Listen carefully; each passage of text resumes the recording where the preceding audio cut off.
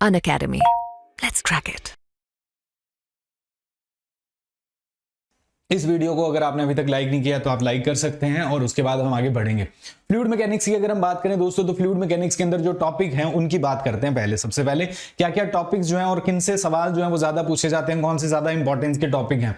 अगर हम बात करें दोस्तों फ्लूइड प्रॉपर्टीज, अगर आप जेई एग्जाम देने जा रहे हैं, स्टेट जेई एग्जाम्स दे रहे हैं, तो फ्लूइड प्रॉपर्टीज हो गया, ये आपका सबसे इंपॉर्टेंट टॉपिक रह जाता है। स्टार्टिंग से ज्यादातर क्वेश्चन जो है वो आपको देखने को मिलेंगे।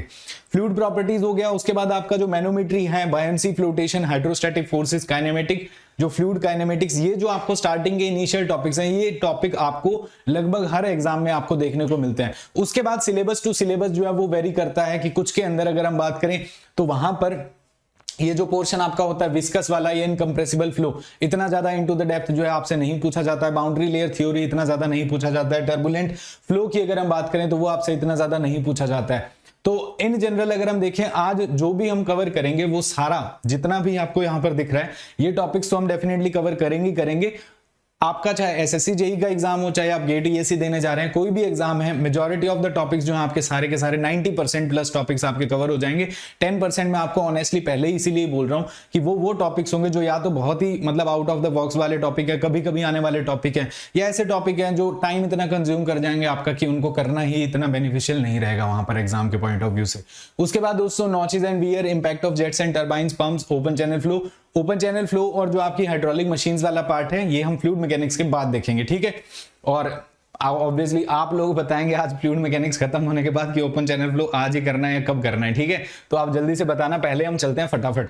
मैकेनिक्स की अगर हम बात करें दोस्तों, तो मैकेनिक्स क्या होता है, बिल्कुल जीरो लेवल से शुरू कर रहे हैं, ठीक है।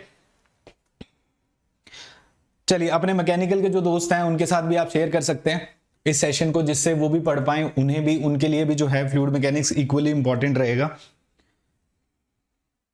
लास्ट से स्टार्ट कर सकते हैं दोस्त, लास्ट से स्टार्ट कर सकते हैं हम, लेकिन लास्ट से इसलिए नहीं स्टार्ट कर रहे, मैंने भी ये चीज सोची थी कि फ्लूइड मैकेनिक्स को लास्ट से पढ़ना शुरू करते हैं। जो नए दोस्त हैं ना, जो बिल्कुल बेसिक से पढ़ रहे हैं, वो नहीं पढ़ पाएंगे। लास्ट से शुरू करने का फायदा तब होता है, किसी सब्जेक्ट को हम लास्ट से पढ़ना तब शुरू करना चाहिए, या तो उस सब्जेक्ट को हमें आता है, वो हमने पहले पढ़ रखा है, तब आप उसको लास्ट से पढ़ो। जब आप उसको ब्रश अप कर रहे हो, जब आप उसको रिवाइज कर रहे हो, तब आप ऐसा कर सकते हो। जब आप उसकी एक्सरसाइज कर रहे हो, तब आप कर सकते हो लास्ट से शुरू।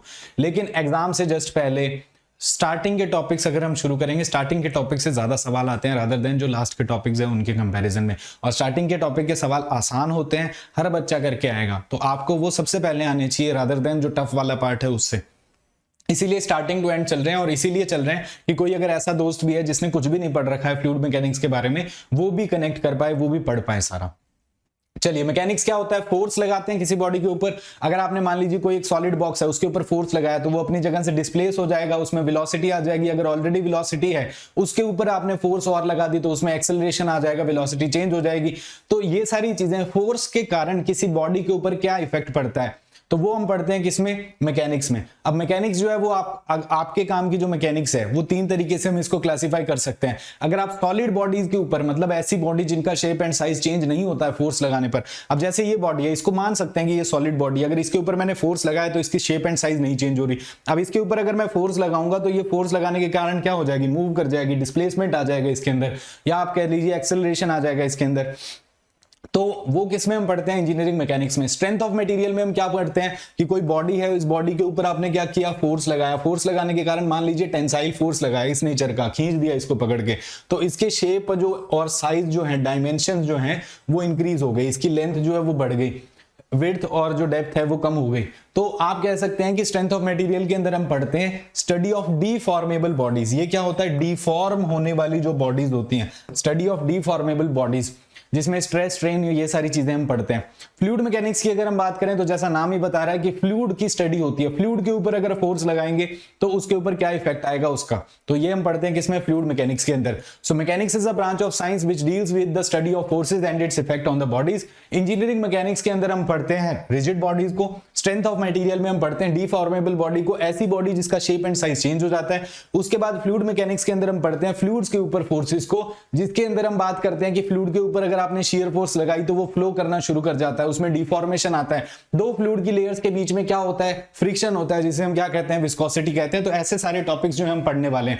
अब फ्लूइड मैकेनिक्स जो है आप इसको तीन तरीके से कैटेगराइज कर सकते हो। एक होता है स्टैटिक, मतलब रुका हुआ, उसके बाद काइनेमेटिक और डायनेमिक्स आ सकता है। तीन तरीके से इसको डिवाइड कर रहे हैं। अब ये आपसे कोई नहीं पूछेगा कि हाँ बताओ फ्लूइड मैकेनिक्स जो है उसकी कितनी ब्रांचेस हैं, ये हमारे समझने के लिए है ताकि हम आगे टॉपिक्स जो चैप्टर्स हैं उनको कनेक्ट कर पाएं। तो स्टैटिक वाली अगर बात करें तो स्टैटिक का मतलब है फ्लूइड जब रुका हुआ है, जब फ्लूइड रेस्ट पे है, तब आप उसके ऊपर जो स्टडी कर रहे हो वो फ्लूइड स्टैटिक में आएगी।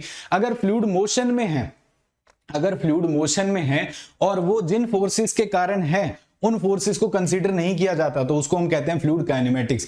अगर फ्लूइड मोशन में है और जिन प्रेशर फोर्सेस के कारण वो मोशन में है उसकी भी अगर हम स्टडी करें तो ये आ जाता है डायनेमिक पोर्शन के अंदर। यहां पर अब फ्लूइड क्या है, फ्लूइड दो तरीके से आप जानते हैं, फ्लूइड या तो सॉलिड हो सकता है या फ्लूइड क्या हो सकता है, लिक्विड हो सकता है। लिक्विड जो हमें नेकेड आई से, जो हमारी आंखों से हमें दिखता है वो क्या कहते हैं, लिक्विड है। अगर आप उसको नहीं देख सकते तो आप उसे कह देते हो गैस कह देते हो। जनरली वो विजिबल नहीं होता है, generally it is not visible under normal जो एटमॉस्फेरिक प्रेशर और टेम्परेचर होता है इसके ऊपर। Unacademy. Let's crack it.